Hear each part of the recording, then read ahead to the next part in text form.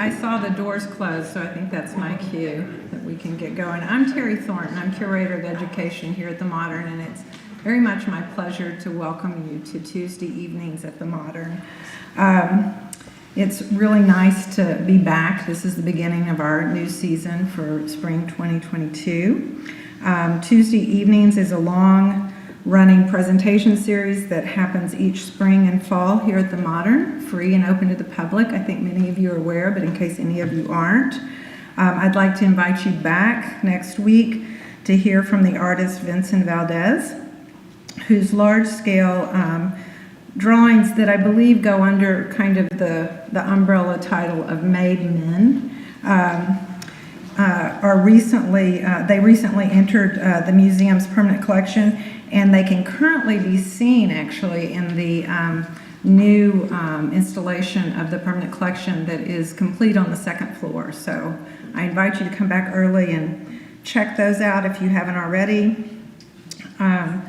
Tonight, we are so very fortunate to have Jill Magid here in conjunction with the Modern's current and very poignant focus, Jill Magid, based on her cross-disciplinary project Tinder, which is the topic of tonight's presentation, with special attention on works found in the Modern's installation, or some new works found in this particular installation.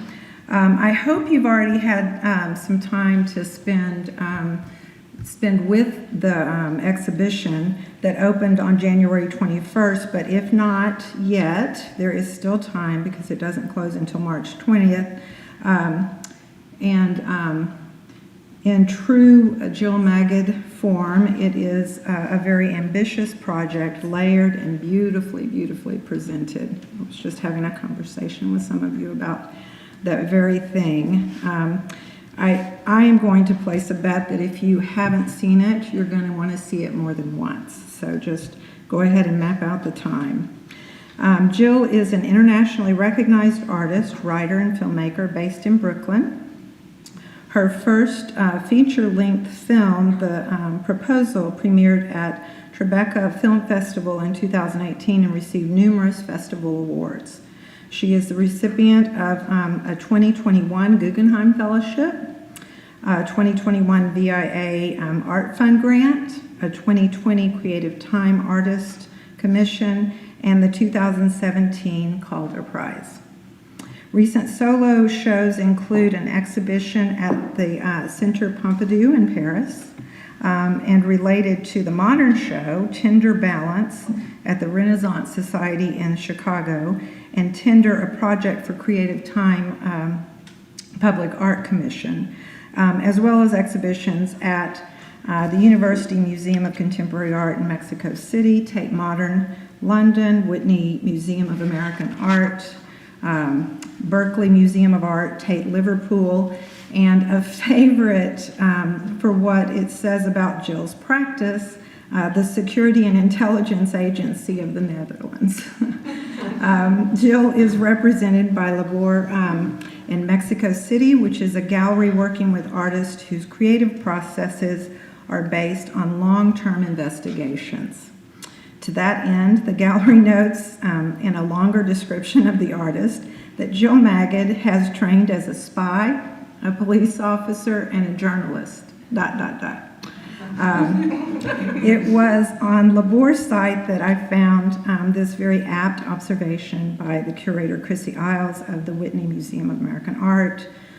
Quote, Jill Magid's work is incisive in her poetic questioning of the ethics of human behavior and the hidden political structures of society. Her intelligent conceptual strategies involve the viewer in an absorbing and intellectual aesthetic experience that reserves the supposed conventionalism of power, clandestinity, that's a new word for me, control, and social spaces. So this is what we have in store tonight. So if you would, without further delay, please join me in welcoming Jill Magid.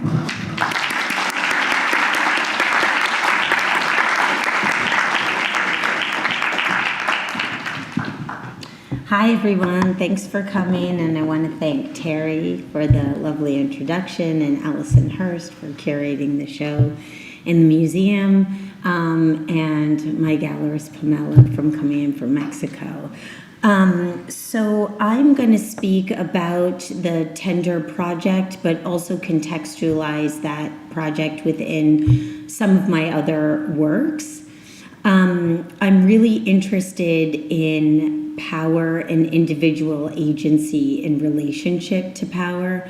So I study structures of control, sometimes spy agencies and police organizations, and as you'll see in some of the images, also corporate structures. So I'm going to start with a piece that I did in 2005. Is this ringing in a weird way? No? Okay, it is to me. It's just for me. So this is a piece that I made in 2005 called Auto Portrait Pending. And what you see here is part of the installation. It's a ring box with an empty solitaire ring setting. And also with this piece, forward, is a vitrine with a series of documents in it. And this piece is about my own legacy. I learned around this time that there was a company in Chicago that made diamonds from cremated human remains. And I was really kind of floored by the fact that this company did that, because it took this idea of diamonds as a kind of status symbol, and also the sentiment of love that lasts forever, and a diamond is forever, and of course all the monetary relationships with it, and collapses that into a human body. And I often, almost always, use my own body as a tool within my own work, a kind of tool or protagonist. And so I realized that I wanted to use this process, and that I would have to use myself. So I contracted my body to Life Gem, that when I die, I will be a 1-carat diamond, and I will be placed in this ring setting. So essentially this ring setting is my grave, and I will be a 1-carat diamond. And I'm really interested in bureaucracy and government papers and contracts. When I contacted Life Gem, I asked them what I had to do to become the diamond, and you see these 2 documents right at the front. Those are the kind of legal documents. The first page says what size diamond that you want the body to be, and if you want it clear or not clear, that costs more. And then the second side is all of the disclaimers, like if the diamond doesn't grow the right size, you won't ask for your money back, and these kinds of things. And then they said that oftentimes when people send ashes, they also send a kind of a letter, a kind of will or something. So I filled out the document, and when it says name of the deceased, I put my name and the date pending, and that I'd be 1 carat. And then the middle letter is a kind of posthumous love letter that says, Dear Life Gem, make me a diamond when I die, cut me round and brilliant, weigh me at 1 carat, ensure that I'm real. And then to every kind of legalese statement, I say, it's okay if I don't grow so big, keep me as I am, and at the end, Life Gem sends the diamond to the Gemological Institute of America to be graded, and there's like 4 characteristics for diamond grading, and your diamond is subjugated to that grading system, and then you come back with like how good your diamond is.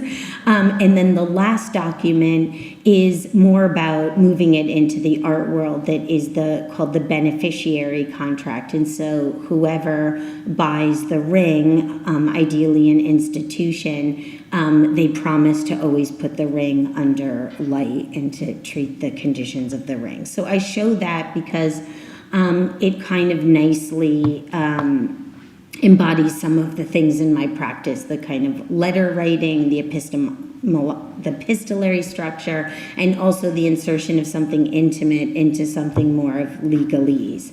So now I'll jump to a more recent project, and it is called the Berrigan Archives. And it was a long project that I started in 2012-13, and the last new exhibition of the work was in 2016. I've since installed it more, but like the changing. And then, as Terry mentioned, I made a film about this project called The Proposal that came out in 2018 and then was circulated through theaters in 2019 by Oscilloscope. And that project is about the Mexican architect Luis Berrigan, who died in 1986, I believe. And Berrigan had an archive that he split into a personal and professional sections, and his personal archive was in Mexico, and through a series of events, his professional archive got bought by a Swiss furniture company.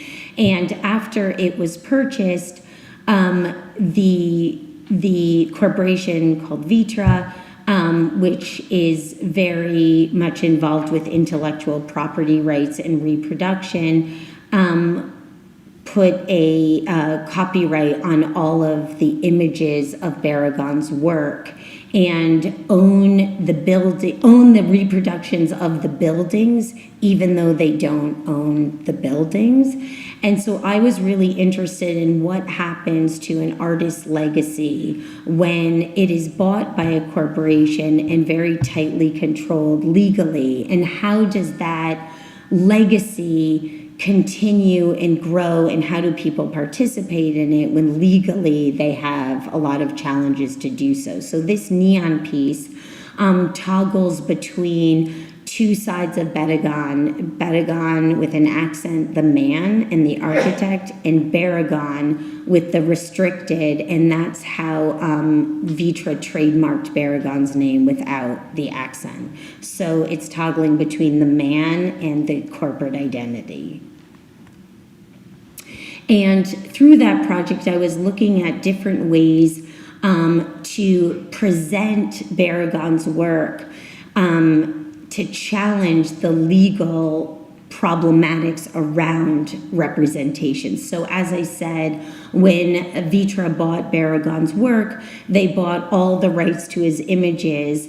Even though they bought the archive in the 90s, they still had all the rights to all the images that went years and years before that. And it's especially interesting with Berrigan's work because at the time when he was making his work in Mexico, he was very aware that Europeans and Americans weren't looking as much in Mexico, so the photographs of his work were really the main way he was representing his work. So not allowing the reproduction and the circulation of images without permission from Vitra and the Berrigan Foundation, which was based at Vitra, really hastened the growth of Berrigan's legacy. And so, and I also forgot to say that when Vitra bought the work, the story allegedly was that the director of Vitra wanted to buy the archive for his fiancée, Federica Zanco, who is the now director of the Berrigan Foundation. And when he proposed marriage to her, she said, "I don't want a ring. I want the Berrigan archive." And that's how it moved to Switzerland. So the first few years of the project was really me making artworks, questioning how do I represent that which is unrepresentable? Because every time I wrote Vitra asking if I could come see the archive or even see the archive, they wouldn't let me see it. And the second time I asked, Ms. Zanco wrote from the Berrigan Foundation that even though I had access to Berrigan's archive in Mexico, and could show anything that I made based on his work, that if I tried to reproduce anything of his work, that there would be legal repercussions.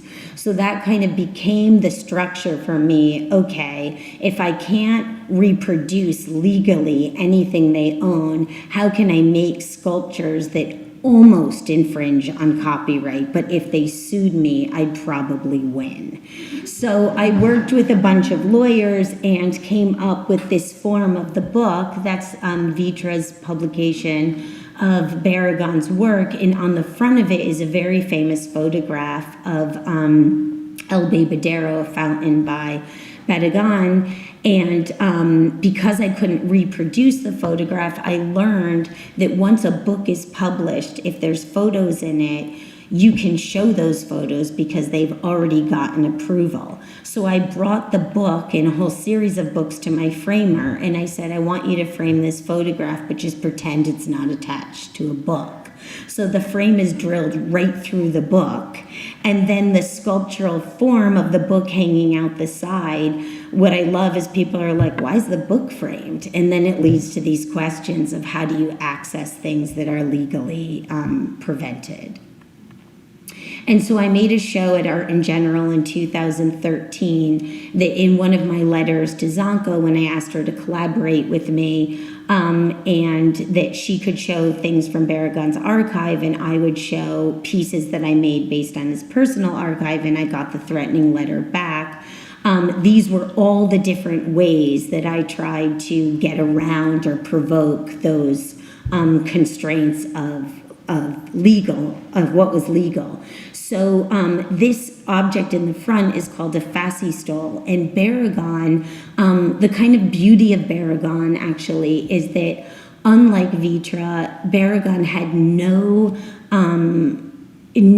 cares or qualms about the original. His whole house is filled with copies and reproductions of famous artists that he loved, and he didn't feel he was doing anything wrong about that. He just wanted to be close to work that he believed in. So he had this object that he culled from Catholic settings, churches, that usually this object, a similar object, the fasci stole, would be for Bibles and religious iconography, but berrigan did a version of his own, and he showed reproductions of paintings and artworks on it that he loved. So it became this sort of reappropriation of this lectern in a religious setting for what he believed in, these reproductions of these images.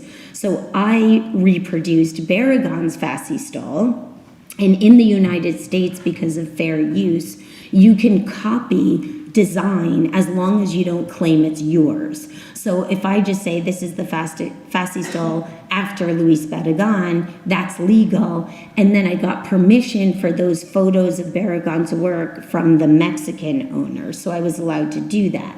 But when I went to France, I worked with French lawyers, and they said, well, we don't have fair use, so you actually can't reproduce berrigan's fasci stole legally, and I like taking things as far as possible. So they were like, we don't think you'll really get in trouble, and I was like, no, I want it to be legally, A-okay. And so when I was talking to the lawyer, I was like, well, what if I burn it? What if I cut it? And he's like, nope, still illegal.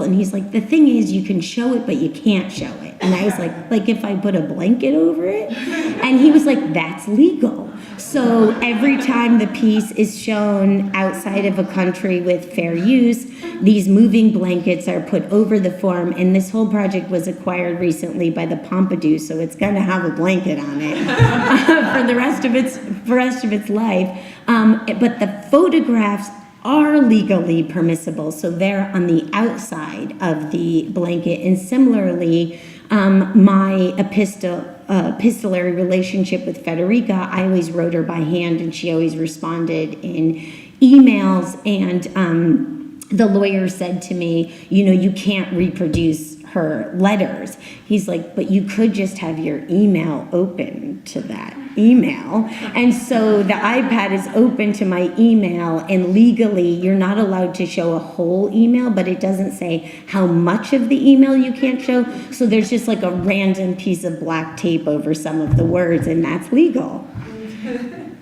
So they're these kind of like gymnastics of how do you get around the law in order to question deep down the fact that berrigan won the Pritzker Prize in Architecture. He's important not only in Mexico but internationally, and yet his work is stifled by the fact that you can't reproduce things. And really, what does that mean? And that's what I wanted to ask. And so without going too deep into it, because I'm going to spend all the time on this, the second half of the project, after I had really explored the copyright issue, I wanted to challenge the legal status of the archive in Mexico and hope for it to be public. So I made this piece, which is called The Proposal, in 2016, and it is a diamond made from the cremated remains of berrigan's body.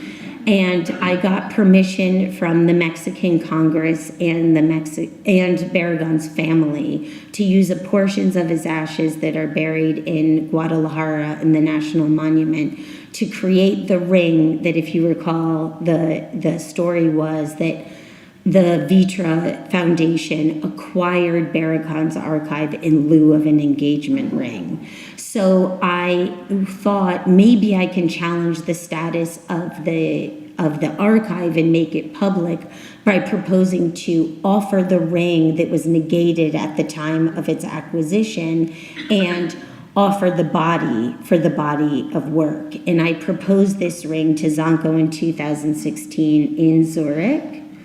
And this is how it was installed in a vitrine in the wall with a letter to Federica and a series of documents, very similarly to Auto Portrait Pending. And I also wanted to show this because in the show here at Focus, these vitrines in the wall are something that I do a lot when the object is kind of a sort of fetish object that at first view reads seductively as a kind of to draw you in with this light, and then these documents that open up and kind of break the fetish, that this is really about the fact that this archive is not public, and could you take the body and release the body of work for public view. And if you're interested in that story, the Proposal film totally gets into that. So now I'll move on to Tender, which is building off of the show here. And this was a piece that was originally, the first iteration was commissioned by Creative Time in New York, and I was asked to make a public artwork right at the beginning of COVID, which just take that in. And I knew that I didn't want to make a kind of public artwork that people had to travel to, because anyways, it's difficult to travel to. But I also really wanted to think of who is the public, how does artwork circulate, really coming off of berrigan with this question of like, how does legacy circulate, how legally does, in this case, money circulate. And I was thinking about that in general, about public and public space and what a public artwork could do. And then I was also really feeling a lot during the pandemic, questioning how the pandemic was playing out, and that on the news, government figures and media talking heads were often in the same breath talking about the economy and the death count. So it would be like the stock market's doing great, but like 100,000 people died. And it was seemed to be this kind of seesaw. It's also the first time I really realized that the economy is not the stock market, and that's often like a collapse that's often done of like the stock market means the economy, but for many people it doesn't. So that was something that was really bothering me, and I started thinking about money because people touch money, and this is a penny, and it's the lowest denomination of money. And so I made the piece tender, which takes 120,000 2020 US pennies, newly minted. And on the third side, and it's actually called that by the federal government, there's heads, tails, and the third side is the edge, which a penny is clean, nothing is on it.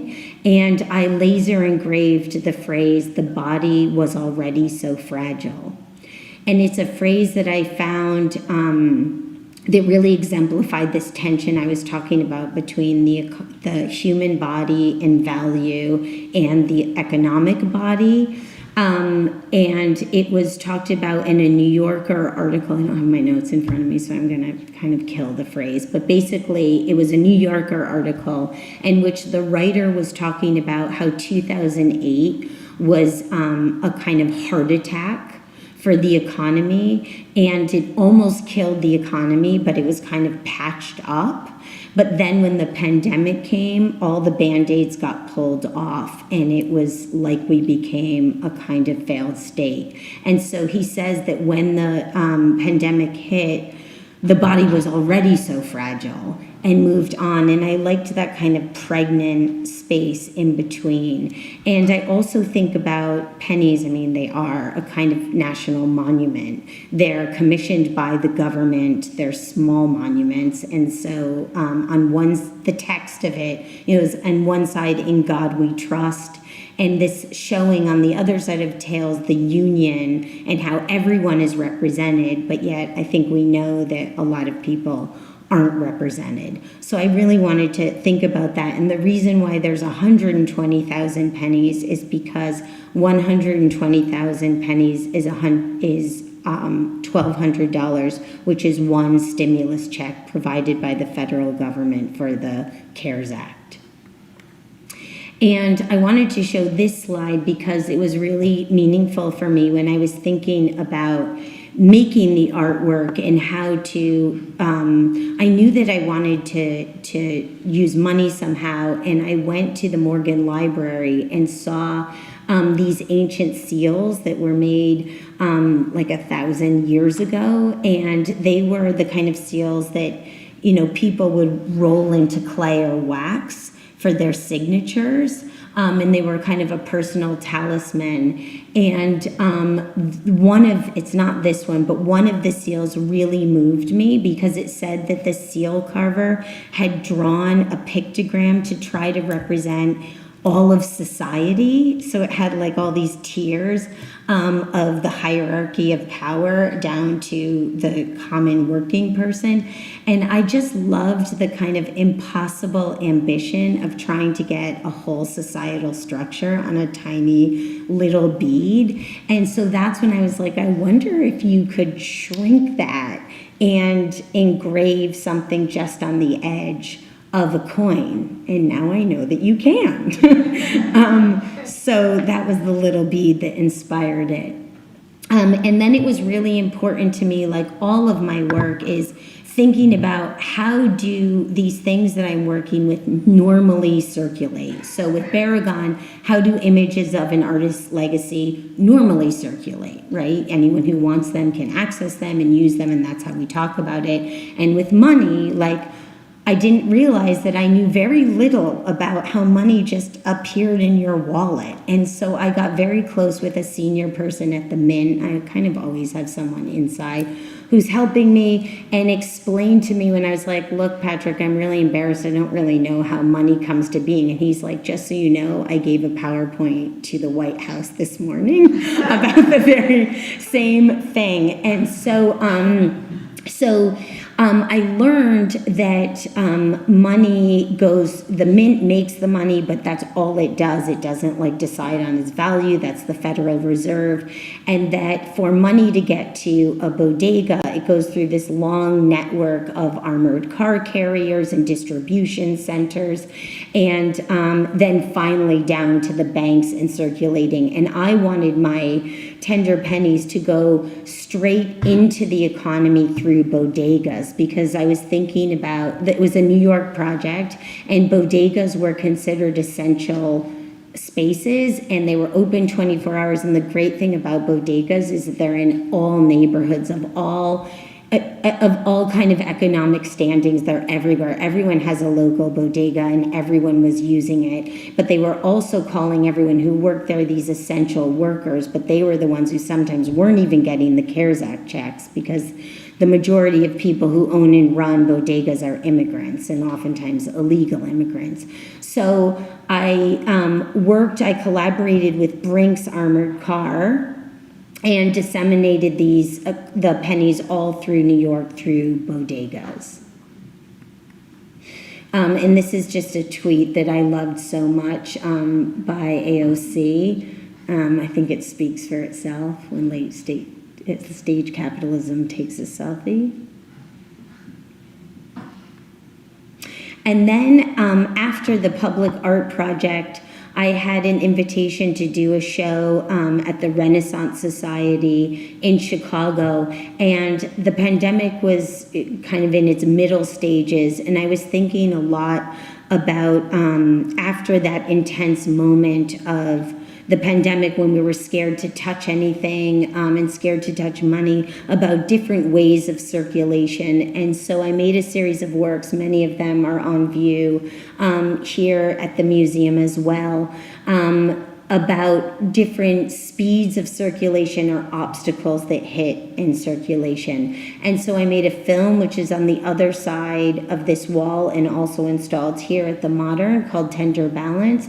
And then these two pieces, the first that you see close up is a bulk bag from the U.S. Mint, and that is the way that the Mint circulates money directly from the Mint in distribution centers. In the case of pennies, there's 400,000 pennies to a bulk bag, so it's $4,000, and they're actually kept on these metal skids, and they're piled up really high. And I was really moved that I felt that the bag kind of looked like a cellulite body with this bulging, these coins in it, and that the skid looked a lot like a crib. And I was thinking a lot about the movement of money and the movement of bodies.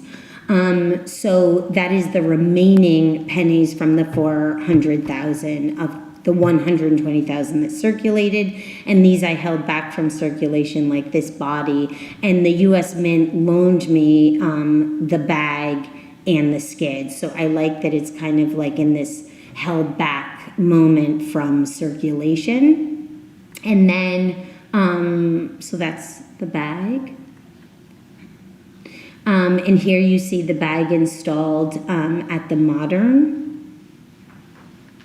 And then this work is called In Circulation, and it is an X-ray of my 8-year-old son who, by mistake, swallowed a tender penny. He's okay. But the penny happened to be, when I brought him to urgent care, it was at the moment before it goes through the smallest area of the digestive system, so that's the dangerous part. And until he was okay, I put this feeling aside, but I felt there was something really poetic about a fragile body swallowing a fragile body, and he's very proud of this piece. And then this piece is called 2020 Pattern Pennies. And when I was doing research and thinking all about these issues, another thing that kept really bothering me, like I was saying about the talking heads, is how much especially Trump was talking about COVID as a war. That, this was our enemy, and COVID is this is the war on COVID, and it actually says that in the letter that you get with your $1,200 check. And so I found out that at the end of World War II, there was a shortage of copper because all of copper from the U.S. government was being used for ammunition, and so they couldn't make pennies. And so the US government was trying to figure out how to make pennies without copper, and they eventually landed on steel, which was a big mistake because of a lot of reasons. The zinc started leaking out and all this stuff, and they're magnetic, which is kind of awesome. But anyways, they're all 1943 pennies are steel. But before they landed on steel, they were going to make them out of glass, which I think is so amazing that like the American public would have used glass currency. But it went really far. They built a whole building about it. They had all these tests, and they made a series of these glass pennies. And I went to the National Archives and I found the drawings and the plans of how they were going to do it, and also learned that once they made them that were brown, so I guess the brown glass was supposed to look like copper, that the plan was to actually make them with uranium mixed into the copper. So just in case you made your own glass pennies and wanted to forge them, you probably wouldn't have the uranium, so that when you put them under black light, you could tell that they were forged. So this piece I kind of think is hovering between nonfiction and fiction, because they did make 12 glass pennies, and they asked the workers to put the pennies in their pockets for a month so they could see how they moved over time. And I really liked the relationship between in circulation of the penny in the body and imagining these glass pennies in the pockets of the laborers. And they held up pretty well, but the project was discontinued because uranium was needed for the bomb. So I made my own 2020 uranium pennies that are glowing now in the modern. And I also kept them in my pocket before I installed them.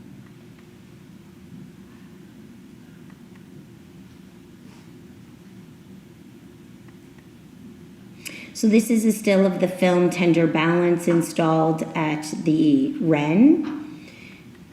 And this is a still from the Mint's distribution center of all the mint bags that's also in the film. And for the film, which I hope you will all see, it was really important to me that that idea of, or actually not the idea, the reality of how money is minted and circulated through the economy and gets to people, and how it's recirculated back into that system. Everything I had kind of put aside in the public art project, because the thing with public art is you have to keep it very simple. So it was enough, I thought, to just disseminate the pennies, and they moved like rumor. But I really was interested in the whole backside of the mint, and I learned that all the armored car companies are the only private sector of the circulation of money. And my advisor at the Mint told me that many other countries like Canada and in Europe have discontinued making their really small cents, because the government loses millions and millions of dollars every year on the minting of the pennies and the nickels and the dimes. They make a lot of money on quarters. He kept telling me, we make a killing on quarters. But they lose money on everything else, and he speculated that the lobbies of the armored car companies were the reason that we still had in our economy today these small cents, because there's a lot of money made through the transportation. And I specifically wanted to work with Brinks because I felt that the white cars, the armored cars that carried the money bags, really were reminding me of the white trucks that were appearing during COVID all over New York that were storing bodies outside of hospitals and in parking lots. And I have to say that for me, the reality of the pandemic came down to me through a New York Times article I read. I didn't even see it the first time, I just read it. And it talked about the appearance of these refrigerated trucks and how they didn't move, but they had generators to keep them refrigerated. So this drone of the generator was what was reminding people of the bodies stored there.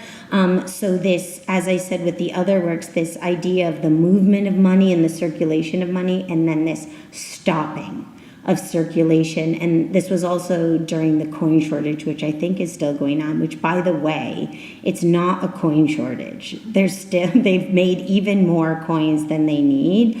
In the last 2 years, it's a circulation shortage because Coinstar, those green machines that people pour their money in, and laundromats are the biggest recirculators of money. But because people weren't going out during the pandemic and they were scared to touch money, no one was going to the Coinstar machines, and so the money was blocked. And so that's why they had to keep reproducing coins. So the film is moving quickly through this circulation, and then all of a sudden it kind of gets thrown out to this edge in Sunset Park where there were about 80 refrigerated trucks parked waiting with bodies that hadn't been yet claimed from COVID. So the first part of Tender Balance is, the first chapter is that heavy circulation of the industry of making the money, and the second half of the film is money going into the bodegas and touch, the fear of touch, and all the sound, which is a huge part of the film. It's an original score that mixes the sound of money, the sound of generators, the sound of heartbeats and bodies all together. And I was really inspired by Robert Bresson's film L'Argent. He did a series of films about money and labor, and how a certain class of society, not the wealthy class, was often getting the short end of the stick in situations around money and counterfeit. It's kind of a long story that I won't get into, but I strongly recommend them. But I was really inspired by them, and specifically, Clancy's going to play this clip, but not in 1 second. So this is a quick clip from another Bresson film called Pickpocket. And I had learned from trying to film these interactions, and also I'm a big fan of Chantal Ackerman, and I've done some work around her, that gestures that we do every day, like with Chantal Ackerman making a coffee, or in this case, paying someone with a bill, if you try to film it, you don't see anything. It goes really fast. So like Chantal Ackerman did really beautifully, she taught her actors how to slowly but normally cut bread and make coffee. So on film, you would see these gestures and it would feel normal, but actually it was really slowed down. So this is a clip that very much inspired Tender Balance. Clancy, you want to play it?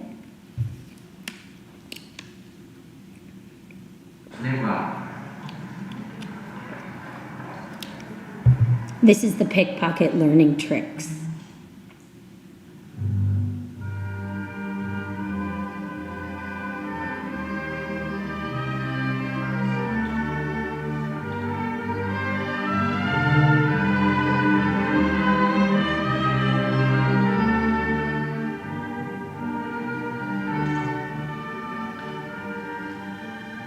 C'est là, dans ce petit café de Rochefort, que j'ai appris la plupart de mes mots. Il me les donna sans hésiter et de la meilleure grâce du monde.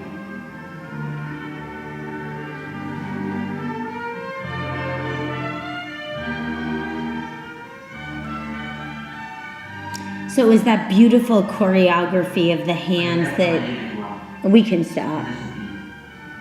That I really wanted to get in Tender Balance. I know it's hard with this.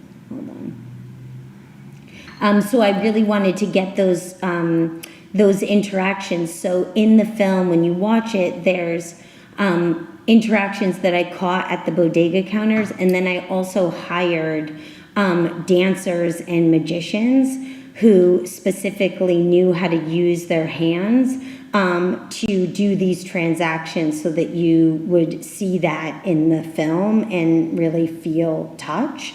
So I'm going to play a short clip from Tender Balance where you can see that happening. So Clancy, if you could play this clip.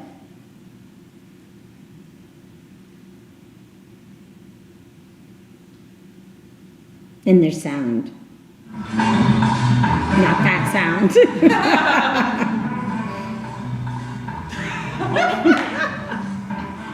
This is my next film. Can you start it over, Clancy? I think it's that the other clip is still on. Yeah, it's the YouTube. So it starts at 21:02.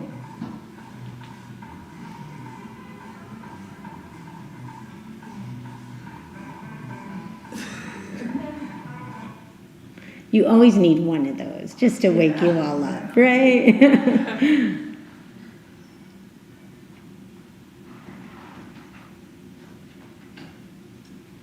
That's fine.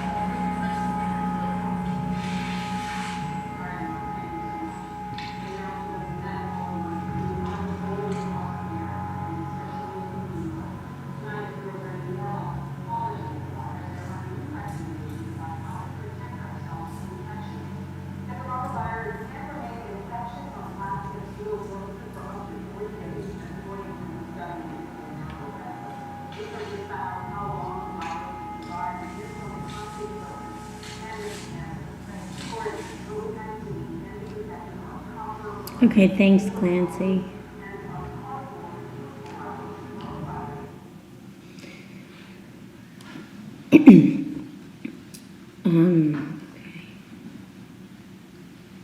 Do I go to the next slide? Oh.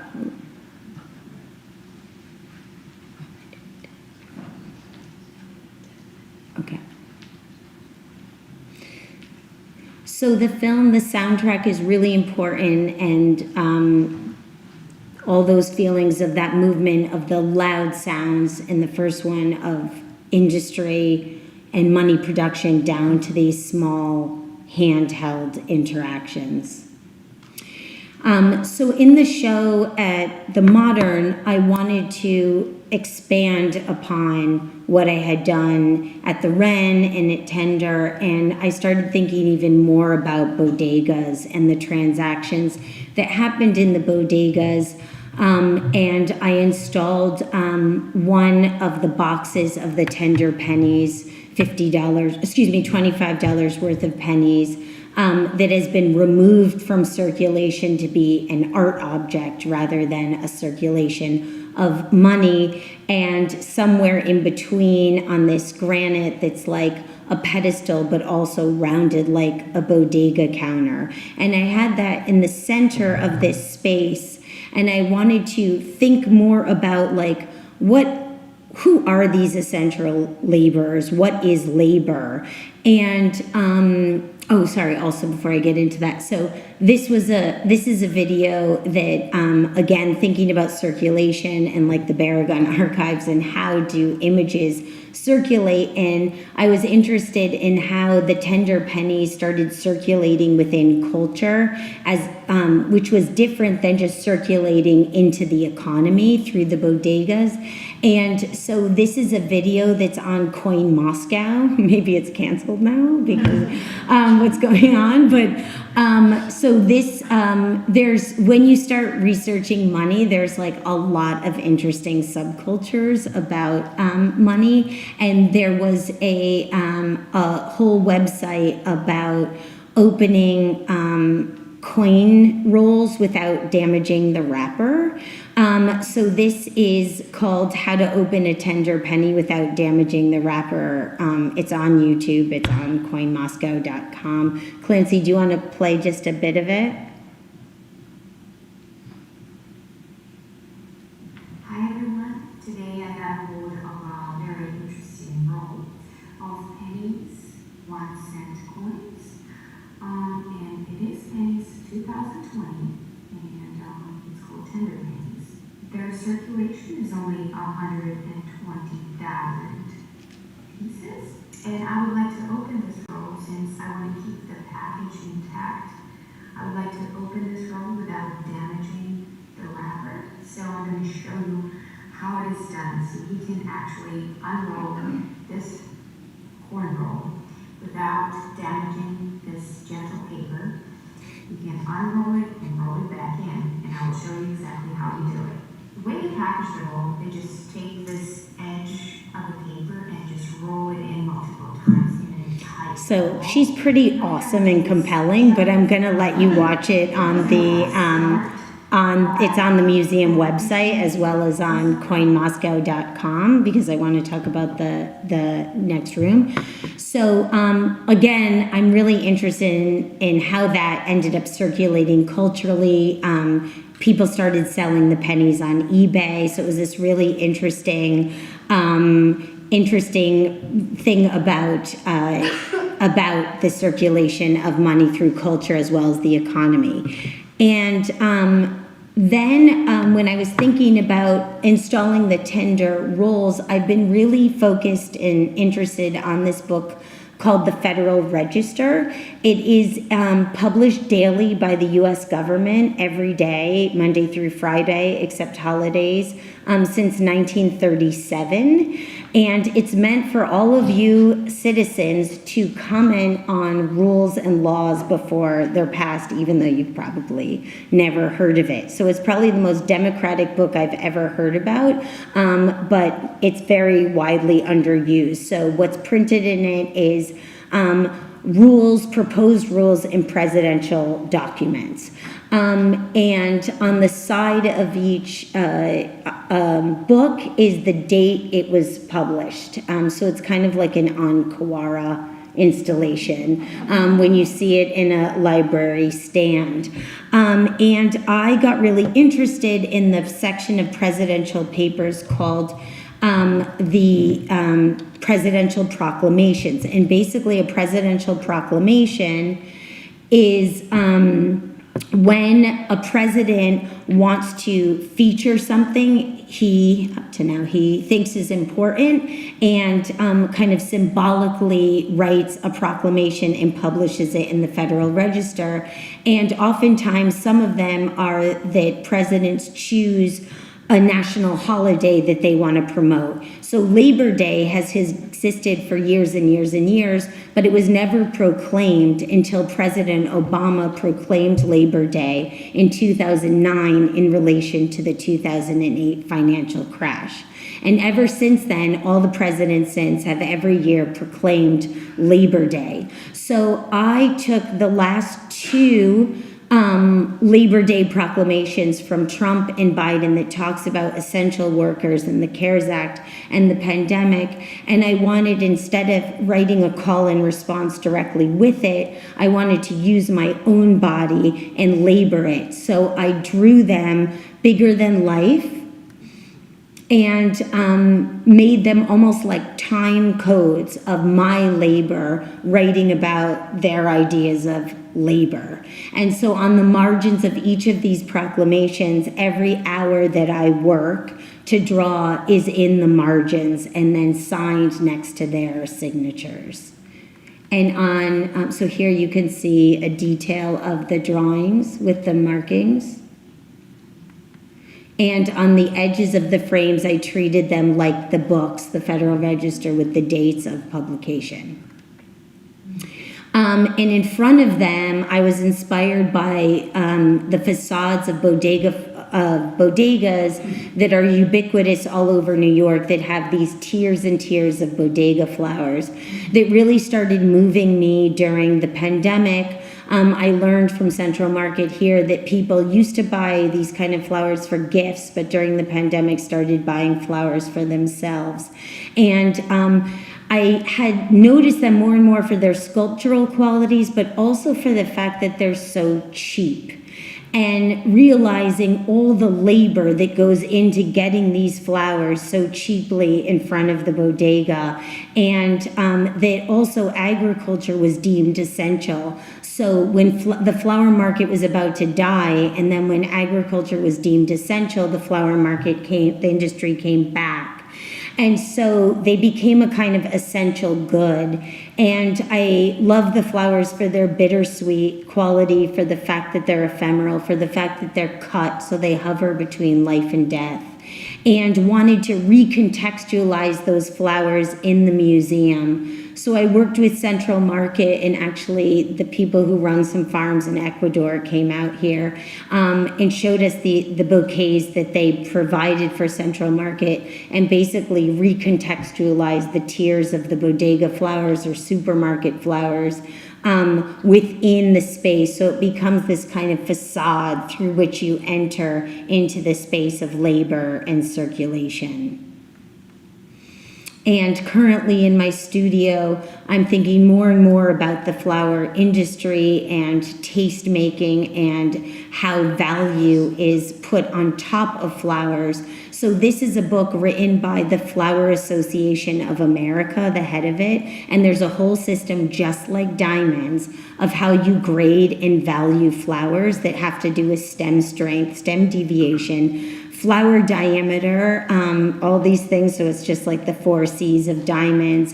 And the name of the book is The Book of Cut Flowers. So I took it literally, and I'm cutting the flowers into arrangements and taking it super literally. So here it says that these kind of flowers look good with only yellow and white flowers in a black shiny vase. So they're cut with only the yellow and white flowers, and they'll be in a black shiny frame.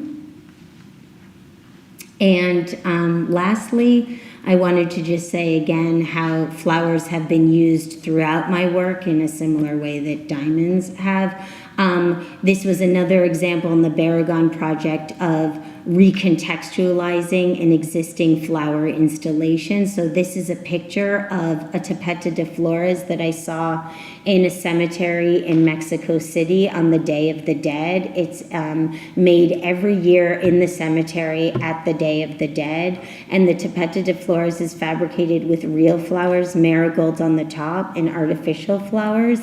And spiritually, it's said that on the Day of the Dead, the living and the dead meet over these carpet of flowers, which I thought was so beautiful and poignant. So when I installed the proposal at Kunsthal St. Gallen, I collaborated and worked with the same crew that makes the tapete de flores in Mexico, and they flew out to Switzerland, and we grew the marigolds in Switzerland, and then we installed one of the tapete de flores.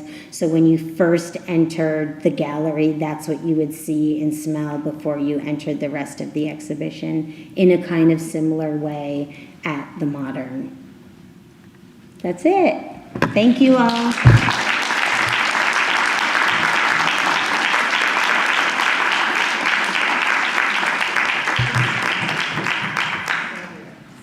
Thanks, everyone. Thank you. Get up now.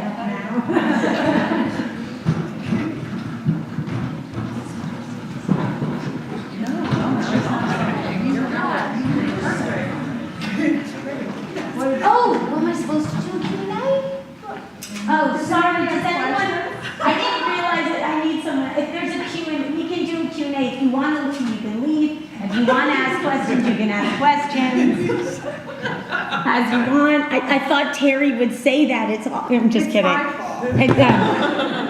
This is your moment. If you've had enough of me, run away. And anyone who wants to ask a question, I'm all yours. Yes. What time span did it take you to develop this idea for Tender, and for all those ideas to come together into that? That's the longest part of my process is like figuring out what's the question. I feel like there's a question that I'm posing to a system, and it's once I get the question develops and gets richer over time. So of course with the berrigan archives too, right? It's first like, what does it mean that a corporation owns this? And then as I understood more and more, the questions grew further.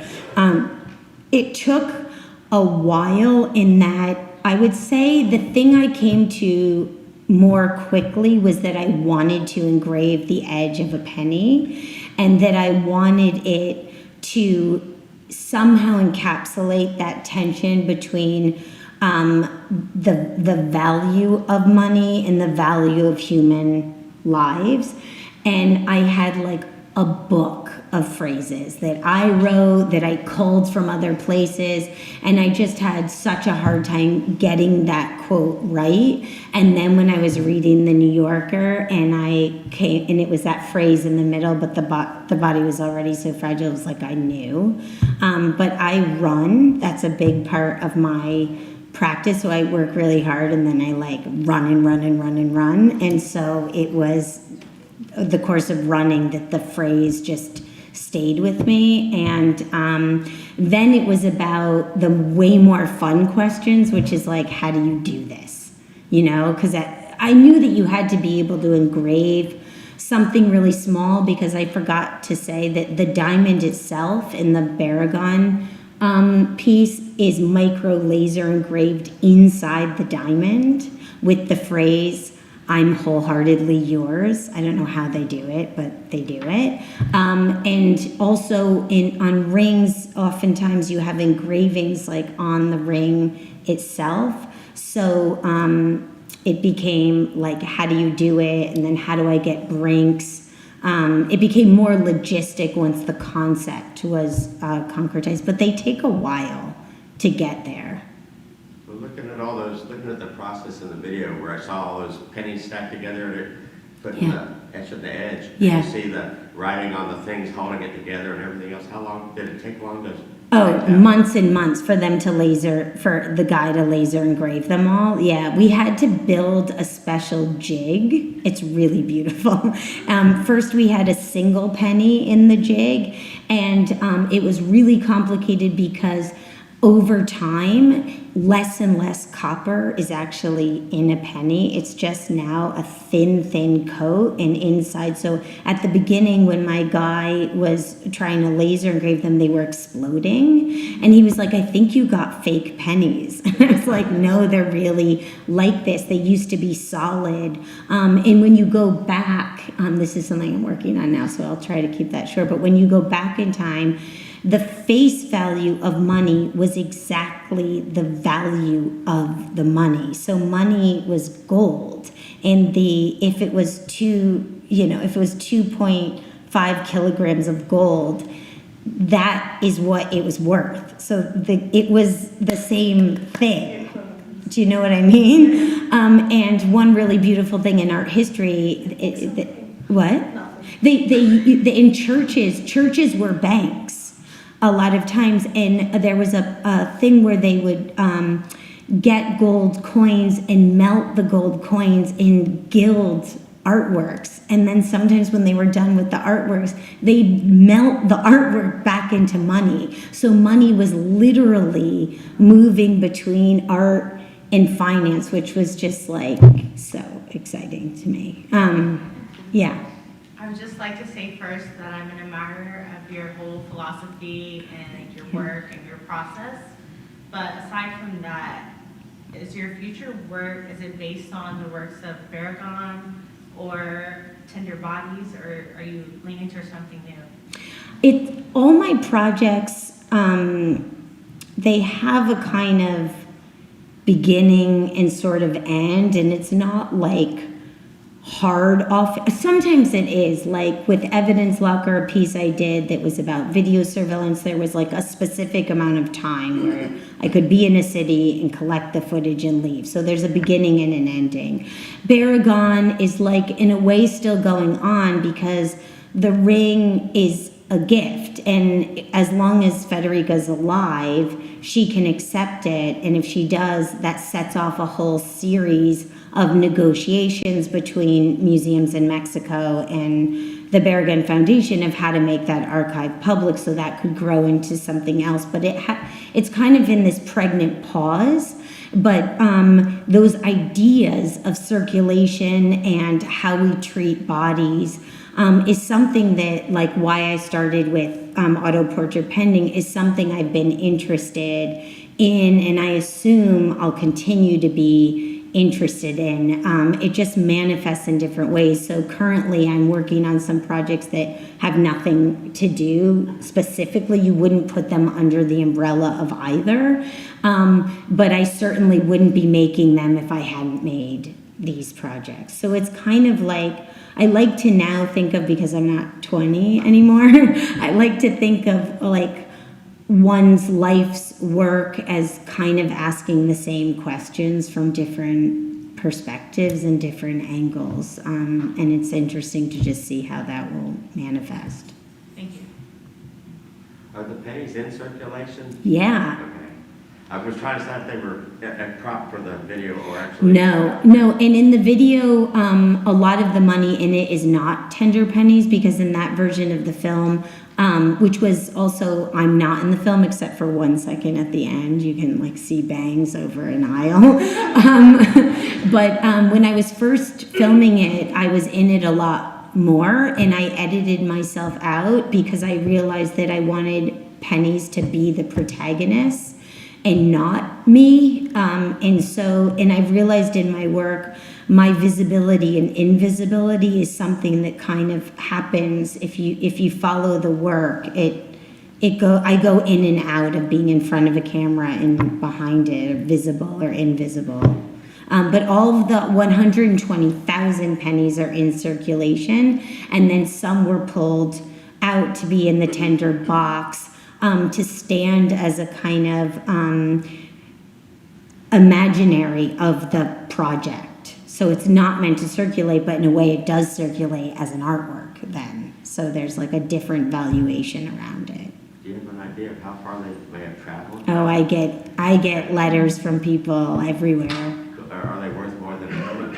According to eBay, they are. I have another question. Yeah. Just building off of what you said about being seen, your visibility as Yeah. an artist. So just looking at some of these slides, I can see that we see what it takes for you to make your works and the time frame. That's a very important aspect of your work, just seeing you work and how long it took for you to make the work. So what is the significance of you not being visible? Well, I think each project is different. So it's interesting you feel that I'm visible working in a lot of the work, because I don't know if I think that. Oh, for Labor Days, Yeah. like the picture of me working, I don't show that as an artwork. Actually, my son just like snapped it. And I did like it for this kind of purpose, because for me, it was really important that I made those drawings, and it was my labor and my body. Because if you read these federal, thanks Clancy, if you read these, federal documents, and throughout my work, there's all these legalese and federal documents, they're often very coldly written, or they're written, in the case of presidential proclamations, like about all Americans, and yet like it's kind of this false inclusion, right? And we're talking about labor, but it feels very distant. So it was really important for me that my call and response to those documents, which is what what the book is asking for, was my work, my labor. And a next iteration of the piece I actually want to do is I started finding all the presidential proclamations that would talk about my labor as a woman, as a mother, and as a white woman, because there's like National Equal Pay Day, which is a national holiday that's proclaimed, and it maps out how many hours women need to work to make the amount of money that men do, and it lists for Asian, white, and black, and how much they make. Asian makes the most, white women make the second, and black women make the least. And so these registrations of like the official or federal view of labor and value is something I'm really trying to explore. And I do think that following that, I will somehow like engage the law, but I think I first have to feel it, and like that's why I often embed myself in the work, even though I'm not in the film. I was there with the Brinks guys, because like I feel like if I don't feel it and get vulnerable to that system, it's very hard to represent anything about it. So I always like put myself in there first, whether I show that or not. And with Labor Days, it's the trace of my labor that you're seeing in the work, not really me doing the work. Okay, I'm allowed one more question. Okay, one more. Is there somebody else that would like? Or I misread that this was stop, but I thought it was That one. might have been one. Well, I'll throw this out, and then you just, because it might be a big question for one more. But I just keep thinking, I think I know what my answer for it is. I'm curious about why the framework of art for what you do. It's like the kitchen sink art, but also you can question. I think it's extremely necessary. For one, I'm like a total fetishist, and I like love materials, and I love objects, and I love writing, and you can do so much with writing. I write books, the letters are part of the work, and writing is one platform, and it brings you into one space, but then an object does it like collapses all the words, so when you can't speak, like the ring or the absence of a stone in an empty ring setting, like does something that writing can't do, right? And that you never really know. Like I knew I wanted to make these pennies, but until you're holding them, it's a totally different game when you're there. And so I think of art making as a form of questioning and a way of meaning making. And like I remember when I did the Berrigan archives, and there was like some resistance, let's just say, and people were like, well, if you wanted to question why the archive wasn't public, why didn't you just ask that? And I have very much learned that if you ask a question that's been asked a million times before, you're gonna get the exact same answer. But if you ask the question in an artistic, creative way, and you turn it on its head, and you're seduced by the form for a moment, and you're caught within that, you might just hear the question for the first time. And so I think art has, like, I'm really idealistic about it. I think it has a force, but it's not gonna like produce the answer like, oh, this is this. So when people sometimes say to me, they're like, well, did she accept the ring or not? And I'm like, it does, like that matters, but it also matters that now people are questioning like, well, why is the archive not public? And I don't think people were asking it as much before. So there's that, but then there's also just the emotional experience of standing before, you know, a row of tiered flowers. And I think the biggest compliment I ever got was a different piece, but it was, it's called Lobby 7, and it was a surveillance piece where I used a monitor. I don't want to, we don't have time, but there was this monitor, and I did a surveillance piece where I was using a camera to map my body in public space. And this monitor was normally it was at MIT, and it was for information. It was just usually text, and I hijacked it and like did this performance with the surveillance camera down my clothes. And my professor said, I can never walk into that lobby anymore and see that TV and not think of it as a catalyst for something else. And like, that's the best thing I've ever heard. Like, I want that from the work, that you're just, maybe you'll walk by a bodega and like think differently about the flowers there, you know?